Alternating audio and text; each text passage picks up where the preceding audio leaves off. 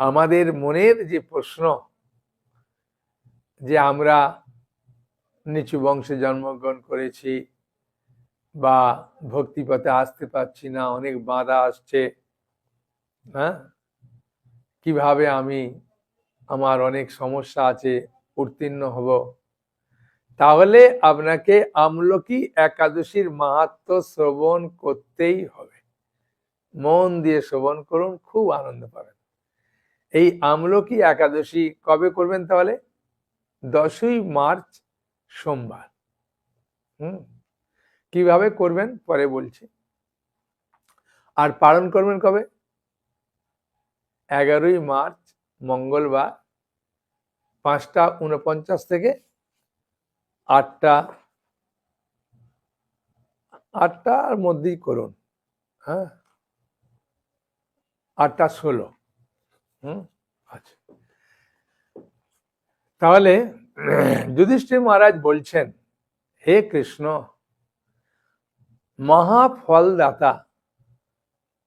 আগের একাদশীটার কি নাম ছিল? বিজয়া একাদশী। বিজয়া একাদশীর কথা শুনলাম। এখন ফাল্গুন মাসের শুক্লপক্ষের যে একাদশী, সেই একাদশীর নাম কি, তার মাহাত্ম্য কি, আপনি আমাকে সবিস্তারে বর্ণনা করুন। যুধিষ্ঠির মহারাজের কথা শ্রবণ করে ভগবান শ্রীকৃষ্ণ অত্যন্ত আনন্দিত হয়ে এই ফাল্গুন মাসের শুক্লপক্ষের একাদশী আমলকি একাদশীর মাহাত্ম্য বলতে শুরু করেছেন। সেটি আমরা পাঠ করব। আমিও পাঠ করে আনন্দ পাবো, আপনারাও শ্রবণ করে আনন্দ পাবেন। হ্যাঁ, শুনুন কি বলছেন। এই একাদশীর নাম আমলকি। বিষ্ণুলোক প্রদানকারী রূপে এই একাদশী বিশেষভাবে মহিমান্বিত। মানে এই একাদশী পাঠ করলে বৈকুণ্ঠ লোকে চলে যাবেন। বৈকুণ্ঠ মানে কি জানেন? যেখানে কোনো কুণ্ঠা নেই, হ্যাঁ, যেখানে শুধু আনন্দ আনন্দ আনন্দ, হ্যাঁ, জন্ম মৃত্যু জরা ব্যাধি নেই, সেই জায়গায় এই একাদশী পালন করলেই চলে যাবেন। দেখুন কি সুন্দর কথা। হ্যাঁ, এই একাদশীর দিন আমলকি বৃক্ষের তলে রাত্রি জাগরণ করলে সহস্র গাভীদানের ফল লাভ হয়। তার মানে এই নয় যে বাবা আমাকে একটা আমলকি গাছ খুঁজতে হবে, কোথায় আছে না আছে।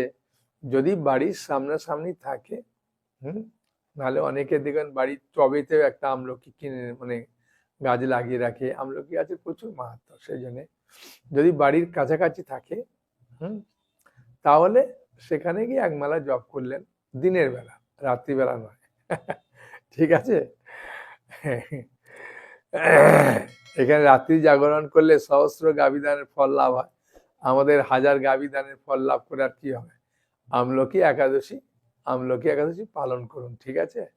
নালে ত্রিপুরা একজন মাতাজি, 2জন মাতাজি মিলে বহু জায়গায় গিয়ে একটা আমলকি গাছ পেয়ে সেই জায়গাটা পরিষ্কার করে আর রাত্রিবেলা, হ্যাঁ, জপ করতে গেছে।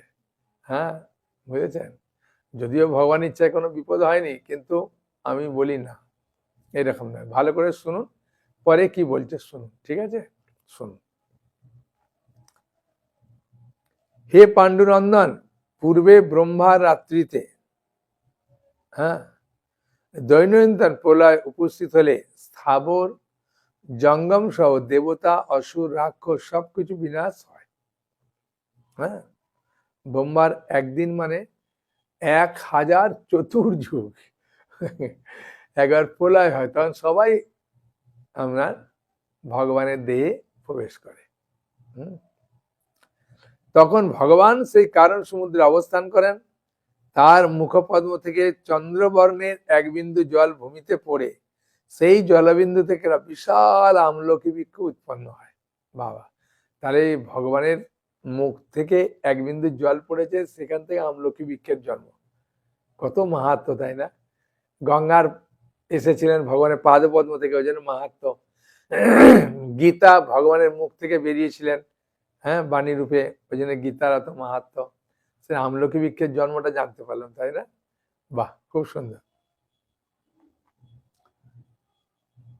সেই জলভূমি থেকে এক বিশাল আমলকি বৃক্ষ উৎপন্ন হয়। এই বৃক্ষের স্মরণ মাত্র, এই দেখুন ওইখানে আমলকি বৃক্ষের কাছে যদি মানে রাত্রি জাগরণ করেন তার সহস্র গাবিদানের ফল হয়, বললো না? এখন এখানে কি বলছি দেখুন, এইটা আমাদের পক্ষে ঠিক আছে। এই বৃক্ষের স্মরণ মাত্র গোদানের ফল হয়। আমি তিনবার একবার উচ্চারণ করবো, আমলকি আমলকি আমলকি, হয়ে গেল। দর্শনে তার দ্বিগুণ ফল হয়। বা যদি কোথাও দর্শন হয় আমি দূর থেকে দর্শন করে নেব। হ্যাঁ, ফল বক্ষণে 3 গুণ ফল লাভ হয়। তাহলে আমলকি তো এখন পাওয়া যাচ্ছে, আমলকি আমি 4-5 দিন আগেও কিনে রাখতে পারি। হ্যাঁ, বুঝেছেন? আর নাহলে তো অনেকের কাছে এমনি শুকনো আমলকি থাকে। শুকনো আমলকি অনেক সময় খেতে বলতে বারণ করি, কারণ কি ওইটাতে তো আর সন্দক লবণ দেওয়া থাকে না, হ্যাঁ, অন্য লবণ টবণ থাকে, ওই জন্য বলি ওইটা খাবেন না। হ্যাঁ, এমনি যদি শুকনো থাকে লবণ ছাড়া তাহলে খেতে পারেন, নাহলে আমলকি এখন তো পাওয়া যায়, আমলকি খেয়ে নেবেন। আর আমলকি যদি না পাবেন, স্মরণ করলে হ্যাঁ লাভ তো আছে, অসুবিধে কি আছে। এই বৃক্ষে ব্রহ্মা বিষ্ণু মহেশ্বর সর্বদা অবস্থান করেন, বুঝেছেন? এই গাছের কত মাহাত্ম। হ্যাঁ, তার প্রতিটি শাখা প্রশাখা পাতায় ঋষি দেবতা প্রজাপতিগণ বাস করেন। বাবা, এই বৃক্ষকে সমস্ত বৃক্ষের আদি বলা হয়। এটা প্রথম, এই পৃথিবীতে প্রথম যে গাছের জন্ম হয় ওটা আমলকি গাছ। তা পরম বৈষ্ণব রূপে বিখ্যাত, বুঝেছেন? বাবা, হ্যাঁ, আমলকি গাছ বৈষ্ণবী, বৈষ্ণব। অতএব এই শ্রেষ্ঠ ব্রত সকলেরই পালনীয়। এই ব্রতের একটা অদ্ভুত ইতিহাস আপনার কাছে বর্ণনা করছি। ভগবান শ্রীকৃষ্ণ ওর মানে যুধিষ্ঠির মহারাজকে বলছেন, এই আমলকি একাদশীর আরেকটা খুব ভালো মাহাত্ম্যপূর্ণ কথা আছে, বলছে। কি বলছেন আমরা শ্রবণ করি। প্রাচীনকালে বৈদিশ নামে এক প্রসিদ্ধ নগর ছিল। আচ্ছা, প্রাচীনকালে বৈদিশ নামে এক প্রসিদ্ধ নগর ছিল। এই নগরে চৈত্ররথ নামে একজন রাজা রাজত্ব করতেন। কি রাজার নাম? চৈত্ররথ। চন্দ্রবংশীয় পাশবিন্দুকে রাজার পুত্ররূপে তিনি জন্মগ্রহণ করেন। চন্দ্রবংশীয় পাশবিন্দু, হ্যাঁ, চন্দ্রবংশের পাশবিন্দু এই রাজার পুত্ররূপে জন্মগ্রহণ করেন। তিনি অত্যন্ত শক্তিমান ও ঐশ্বর্যশালী ছিলেন।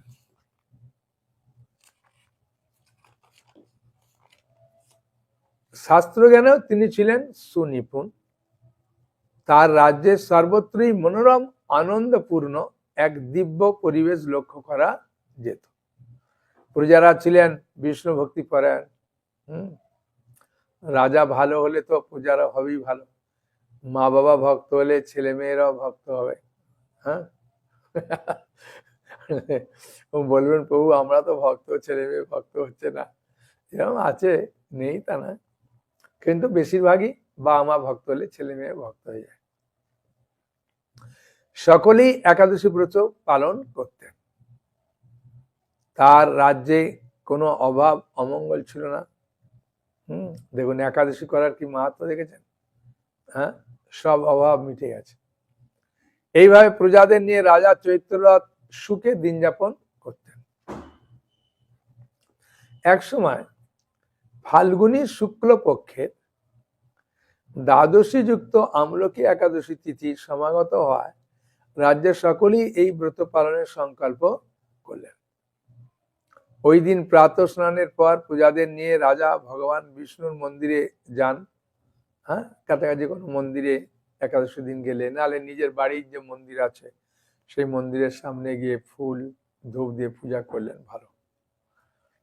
সেখানে সুবাসিত জলপূর্ণ কলস, ছত্র, বস্ত্র, পাদুকা, পঞ্চরত্ন ইত্যাদি দিয়ে সাজিয়ে স্থাপন করেন। তারপর ধূপ দীপ দিয়ে যত্ন সহকারে তিনি মুনি ঋষিদের দ্বারা শ্রী পরশুরাম মূর্তি সমন্বিত আমলকি পূজা করেন। হে পরশুরাম, হে রেণুকা সুখবর্ধক, হে ধাত্রী, হে পাপ বিনাশিনী আমলকি, তোমাকে প্রণাম। বুঝেছেন?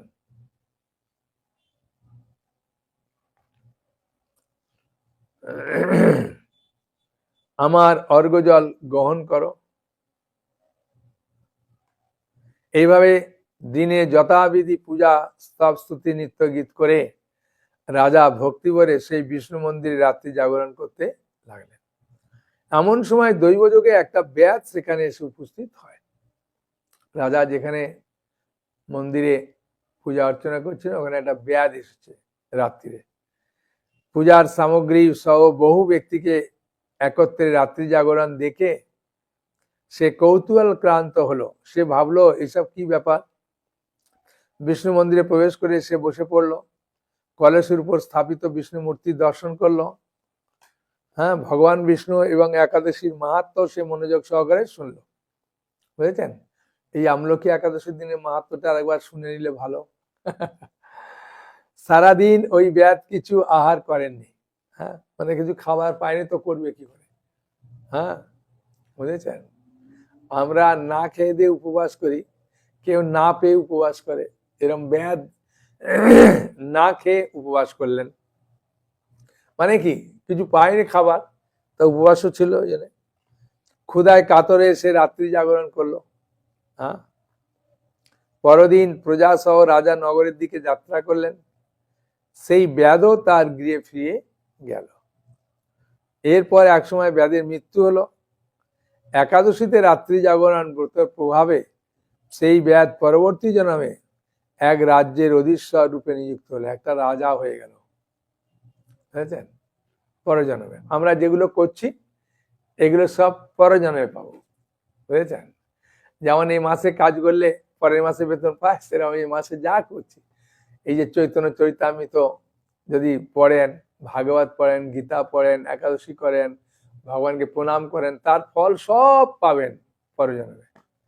একদম ভগবান মানে এক কণা রাখবে না, পুরা আপনাকে হিসাব সমেত সুদ সমেত মিটিয়ে দেবে।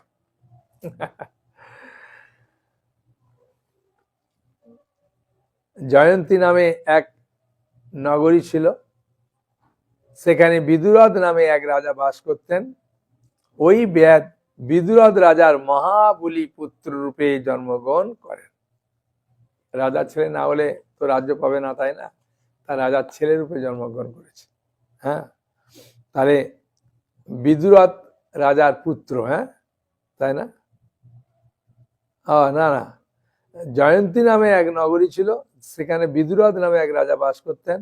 ওই ব্যাধ বিদুরথ রাজার মহাবলী পুত্র রূপে জন্মগ্রহণ করেন। হ্যাঁ হ্যাঁ, তার নাম হয় বসুরথ। তাহলে ওই ব্যাধ কি হলো পরজন্মে? বসুরথ হলো। তার বাবার নাম বিদুরথ। হ্যাঁ, 1,00,000 গ্রামের আধিপত্য তিনি লাভ করলেন। বাবা, 1,00,000 গ্রামের আধিপত্য তিনি লাভ করেন। তিনি ছিলেন সূর্যের মতো তেজস্বী, চন্দ্রের মতো কান্তিমান ও পৃথিবীর মতো ক্ষমাশীল। বিভিন্ন সদ্গুণে ভূষিত বসুরথ পরম বিষ্ণু ভক্তি পরায়ণ হন। ও ব্যাধ যেহেতু বিষ্ণুর কথা শুনেছিল না, দেখুন যা করবেন তার ফল পাবেন। ও যেহেতু একাদশীর দিনে বিষ্ণুর কথা শুনেছিলেন, হ্যাঁ, একাদশীর মাহাত্ম্য শুনেছিলেন, উপবাস করেছিলেন, তারপরে আমলকি একাদশী পালন করেন, তার ফলে পরের জন্মে ও রাজা হলো, আবার বিষ্ণু ভক্ত হয়ে গেল। বুঝেছেন?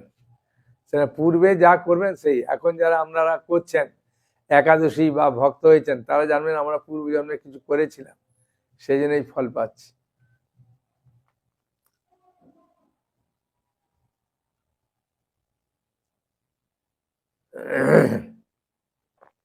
এই মহাদাতা রাজা একবার শিকার করতে গিয়ে পথ ভুলে যান। গভীর জঙ্গলের মধ্যে ক্ষুধায় পীড়িত হয়ে তিনি ক্লান্তিবশত শুয়ে পড়েন। এমন সময় কতগুলি পর্বত নিবাসী মেলেচ্ছ রাজার কাছে এসে নানাভাবে উৎপীড়ন করতে থাকে এবং রাজাকে তাদের শত্রু মনে করে তারা তাকে হত্যা করার চেষ্টা করে। পূর্বে এই রাজা আমাদের পিতামাতা, পুত্র পৌত্র সবাইকে মেরে ফেলেছে। ওরা মনে করছে এই রাজা আমাদের পূর্বে, হ্যাঁ, আমাদের পুত্র, হ্যাঁ, পিতা মাতা সবাইকে মেরে ফেলেছে, আমাদেরকে গৃহ ছাড়া করেছে। এই রকম বলতে বলতে মেলেচ্ছরা রাজাকে হত্যা করতে উদ্যত হয়।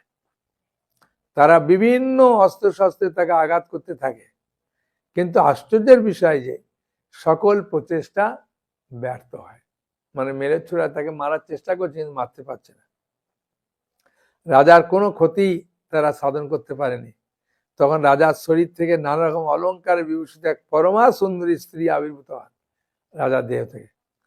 মহাশক্তি ধারিণী ওই নারী অল্প সময়ের মধ্যেই সকল পাপী মেলেচ্ছকে নিধন করলো। রাজার নিদ্রা ভঙ্গ হলো। এই ভয়ানক হত্যাকাণ্ড দেখে রাজা অত্যন্ত বিস্মিত হয়ে গেলেন। তিনি বলতে লাগলেন, আহা, আমার শত্রুদের হত্যা করে কে আমার প্রাণ রক্ষা করলো? এমন কৃপালু কে আছে? আমি তার প্রতি আমার কৃতজ্ঞতা প্রকাশ করছি। এমন সময় দৈববাণী হলো, ভগবান কেশব ব্যতীত শরণাগতকে রক্ষা করবার আর কে আছে? ভগবান কৃষ্ণের নাম হচ্ছে একটা কেশব। তিনি কেশী দানবকে হত্যা করেছিলেন। সেই জন্য এই একাদশী পালন করলে কৃষ্ণ খুব খুশি হয়, চৈতন্য মহাপ্রভু খুব খুশি হন। হ্যাঁ, তিনি শরণাগত পালক। দৈববাণী শুনে ভক্তিযুক্ত চিত্তে গৃহে ফিরে এলেন।